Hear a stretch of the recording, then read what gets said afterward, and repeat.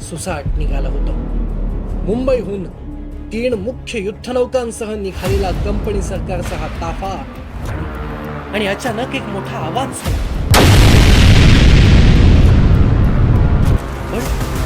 पण इंग्रजांची 3री युद्धनौकाही समुद्रस्तुत्यंतू झाली. इंग्रजी जहाज पुन्हा एकदा खडकाला लागून बुडत होतं आणि मराठे हसत होते.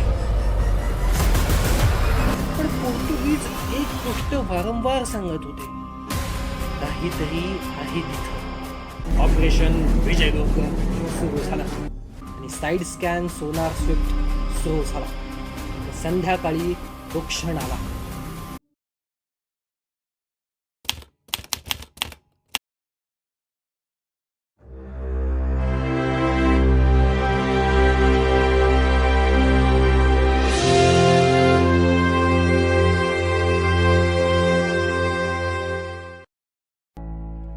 महाराष्ट्राची पश्चिम किनारपट्टी. वाघोटन खाडीच्या तोंडावर एका भुशिराच्या टोकावर एक किल्ला आहे.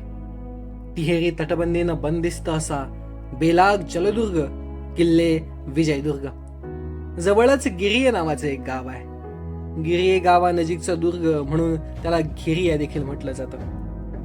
1664चा ऑक्टोबर-नोव्हेंबरचा महिना. विजय नाम संवत्सर. छत्रपती शिवाजी महाराजांनी विजयदुर्गाचा कब्जा घेतला आणि किल्ल्यावरचा आदिलशाही निशाण उतरून मराठ्यांचा भगवा विजयदुर्गावरती फडकू लागला. मूळचा किल्ला पाडून टाकला. त्या जागी एक बेलाग जलदुर्ग स्वराज्याच्या दिमतीस खडा ठाकला होता. शिवरायांनंतरच्या कालखंडात मराठी आरमाराचं नेतृत्व होतं तेवढाच बलाढ्य असलेल्या सेनानीकडे, सरखेलन कान्होजी आंग्रे. खरं तर इंग्रज इतिहासकार जेम्स डग्लस कान्होजी आंग्र्यांना शार्क कसं समजत असेल. दहशत होती कान्होजींची. असं म्हटलं जायचं की आंग्र्यांच्या दस्तकाखेरीज या सागरी किनारपट्टीवर सागरी लाटाही थडथडू शकत नव्हत्या. आणि कालखंड होता मराठे इंग्रज आरमारी युद्धाचा. माहीमच्या खाडीमध्ये मराठ्यांचं एक जहाज इंग्रजांनी आपल्या ताब्यात घेतलं. यावेळी मुंबईचा गव्हर्नर होता चार्ल्स बून. माहीमच्या पाण्यात शिरलेलं मराठ्यांचं शिबाड ईस्ट इंडिया कंपनीच्या हाती लागलं. कान्होजींना बातमी समजताच कान्होजी तडकून उठली. त्यांनी इंग्रजांना निरोप पाठवला, तुमची आमची मैत्री संपली. इथून पुढे देवाची कृपा होऊन माझ्या हाती येईल ते घेतल्याशिवाय मी राहणार नाही. झालं. गव्हर्नर बूनने आंग्र्यांवर चढाई करण्याचे मनसुबे रचायला सुरुवात केली आणि बूनचं लक्ष ठरलं किल्ले विजयदुर्ग. कान्होजींची आणि त्यांच्या हालचालींची बित्तम बातमी काढण्यासाठी बूनने एका माणसाची नेमणूक केली. त्याचं नाव होतं मॅन्युअल दी कॅस्ट्रो. हा आधी कान्होजींच्या फौजेत होता. कॅस्ट्रोला कान्होजींच्या हालचालींची, जहाजांच्या काफिल्याची पूर्ण माहिती होती. पावसाळा जवळ येत चालला होता. कान्होजींच्या आरमारातील बरीचशी जहाजं पावसाळ्यात विजयदुर्गाच्या आश्रयाला येत.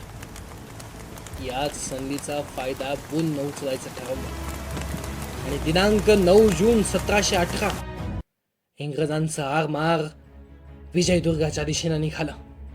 2500 शिस्तबद्ध सैनिक इंग्रजी आरमारात होते. आंग्र्यांच्या काफिल्यात पूर्वी पकडलेली इंग्रजांची सक्सेस, वॉटर, रॉबर्ट अशी जहाजही होती. आंग्र्यांच्या नांगरून पडलेल्या आरमारावर हे इंग्रजी आरमार कोसळून पडणार होतं. आपली जहाजं सोडवायची, इतरही पाडाव करायची आणि बळकट विजयदुर्गाचा कब्जा घ्यायचा, याच विचारात इंग्रजी आरमार सुसाट निघालं होतं. मुंबईहून 3 मुख्य युद्धनौकांसह निघालेला कंपनी सरकारचा हा ताफा हे सैन्य विजयदुर्ग जवळ करीत होता. बहुधा अमावस्येची रात्र होती. मिट्ट काळोख.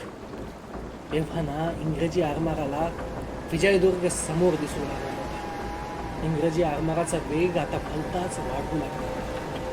हा म्हणता विजयदुर्ग हाती येईल अशी स्वप्न इंग्रज बघू लागले होते.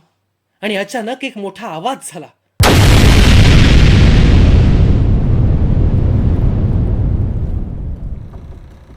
कुणाला समजेच ना झालंय काय. आणि बघतो तर काय, इंग्रजी आरमाराचं सारथ्य करणारी पहिली युद्धनौका अचानक पाण्यात बुडाली. पण किल्ल्यावरून अजून कोणताही हल्ला झाला नव्हता. तिच्या मागून दुसरी युद्धनौका येत होती. त्या दुसऱ्या युद्धनौकेचीही तीच गत झाली.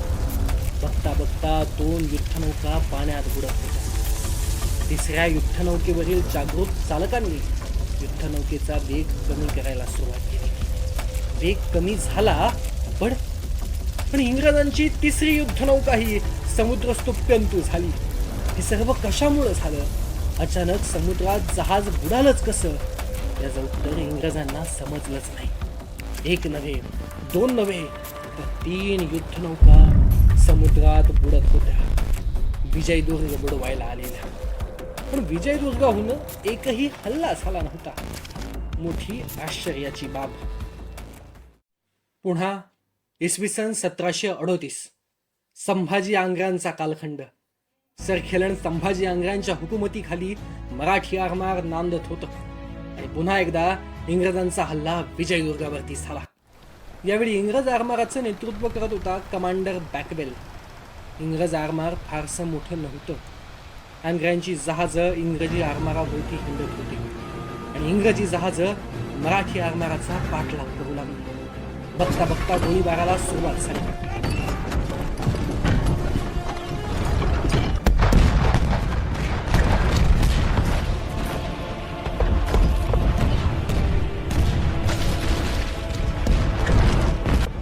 आणि अचानक इंग्रजांच्या आरमारातील अधिकारी रिचर्ड डाउथी गोळी लागून ठार झाला. आंग्र्यांचा आरमार विजयदुर्गाच्या दिशेने निघाला होता आणि त्याचा पाठलाग इंग्रज करत होते. मराठ्यांसाठी विजयदुर्ग आता फक्त 150 मीटर अंतरावरती राहिला होता. मराठी गलबतांनी तो टप्पा पार करताच गलबतावरील मराठी अधिकाऱ्यांची एकमेकांशी नजरानजर झाली आणि मागोमाग जोरात आवाज झाला.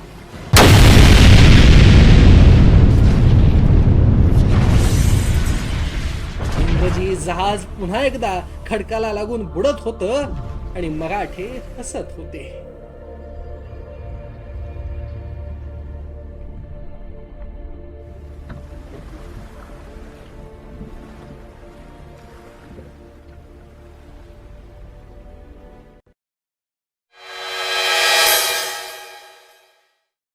आंग्र्यांचा आरमार आणि विजयदुर्ग बुडवण्यासाठी डच आणि विशेषतः इंग्रजांनी पोर्तुगीजांनी अथक परिश्रम केले. ते कान्होजी आंग्र्यांनी हाणून पाडले. परंतु सतत इंग्रज हल्ला करत असताना इंग्रजी जहाजं कशावर तरी आदळून फुटली. गडावरून अथवा आंग्र्यांच्या जहाजांमधून तोफांचा मारा झाला नसतानाही इंग्रजी जहाजं फुटत होती. इंग्रजांनाही त्याचं कारण समजलं नाही. डचांनाही ते माहिती नव्हतं. विजयदुर्गाच्या भोवती अशी काय गोष्ट होती की ज्यामुळं इंग्रजी जहाजं फुटून बर्बाद झाली होती. गोव्याच्या पोर्तुगीजांनाही जहाज बुडण्याचं कारण माहिती नव्हतं. पण पोर्तुगीज एक गोष्ट वारंवार सांगत होते, काहीतरी आहे तिथं. आणि मग इसवी सन 1990चा एप्रिल महिना उजाडला. INS दर्शक हे जहाज पाणबुड्यांना घेऊन विजयदुर्गाकडे निघालं. ऑपरेशन विजयदुर्ग सुरू झालं. पाणबुड्यांना लागणारी उपयुक्त साधने, जनरेटर्स, कॉम्प्रेसर्स, कॅमेरे आणि त्यांचे मॉनिटर्स अशी सर्व साधन सामग्री घेऊन शिलेदार निघाले. दर्शक या जहाजावर एक हेलिकॉप्टरही होतं. ट्रान्सपॉन्डर्स लावून शोर स्टेशन्स उभी केली गेली. लोकल ग्रीड तयार करून साईड स्कॅन ऑपरेशन सुरू झालं. सुरुवातीला काहीही दिसून आलं नाही. समुद्र शांत नव्हता आणि पाणबुड्यांना पाण्याखाली मोठा संघर्ष करावा लागत होता.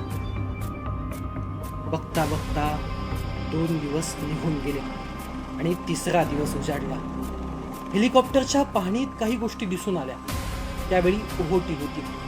जिथे काही आहे असे वाटले होते त्या जागी फ्लोट्स टाकण्यात आल्या आणि साईड स्कॅन सोनार स्विफ्ट सुरू झाला. संध्याकाळी तो क्षण आला. शोधक एका जागी पोहोचले. कष्टाचं चीज झाल्याचा क्षण. आणि तिथं त्यांना दिसलं दगडावर दगड रचून तयार केलेली पाण्यातील भिंत.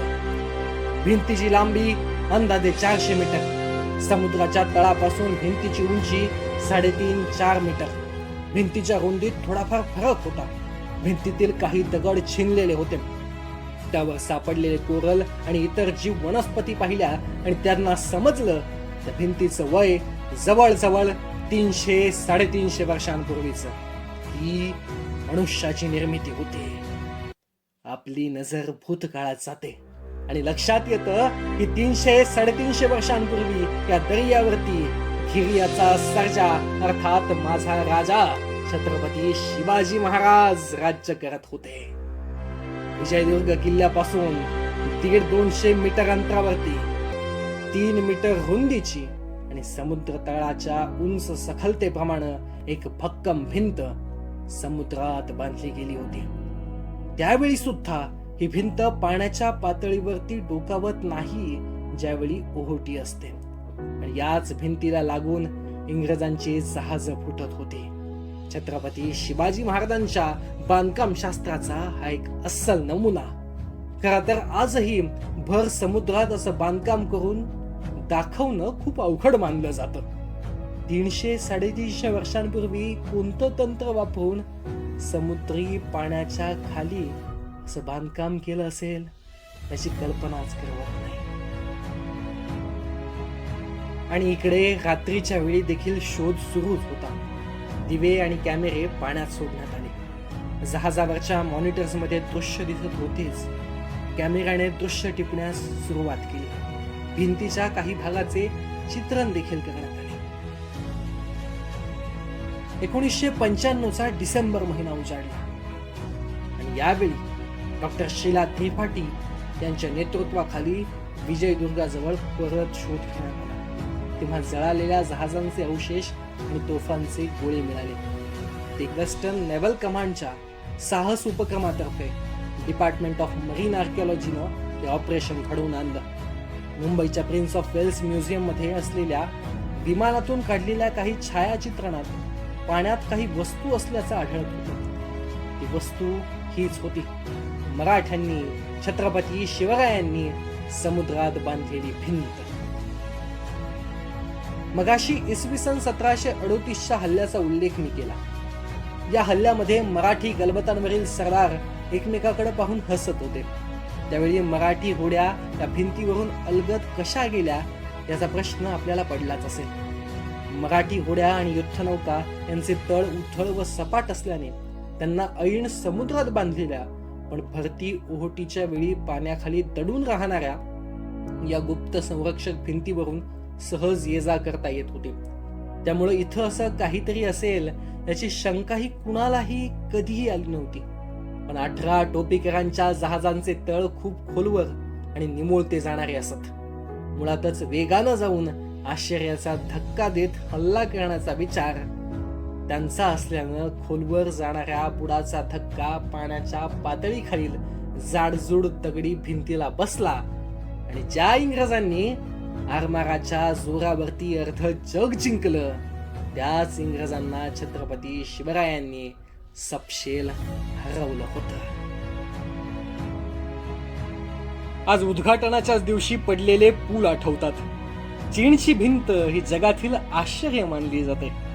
हे सारं एका बाजूला आणि 350 वर्षांनंतरही विजयदुर्गाचं संरक्षण करणारी ही भिंत एका बाजूला. आणि ती भिंत बांधणारे Chhatrapati Shivaji Maharaj, the great architect, the great engineer, father of Indian navy, greatest of all the time.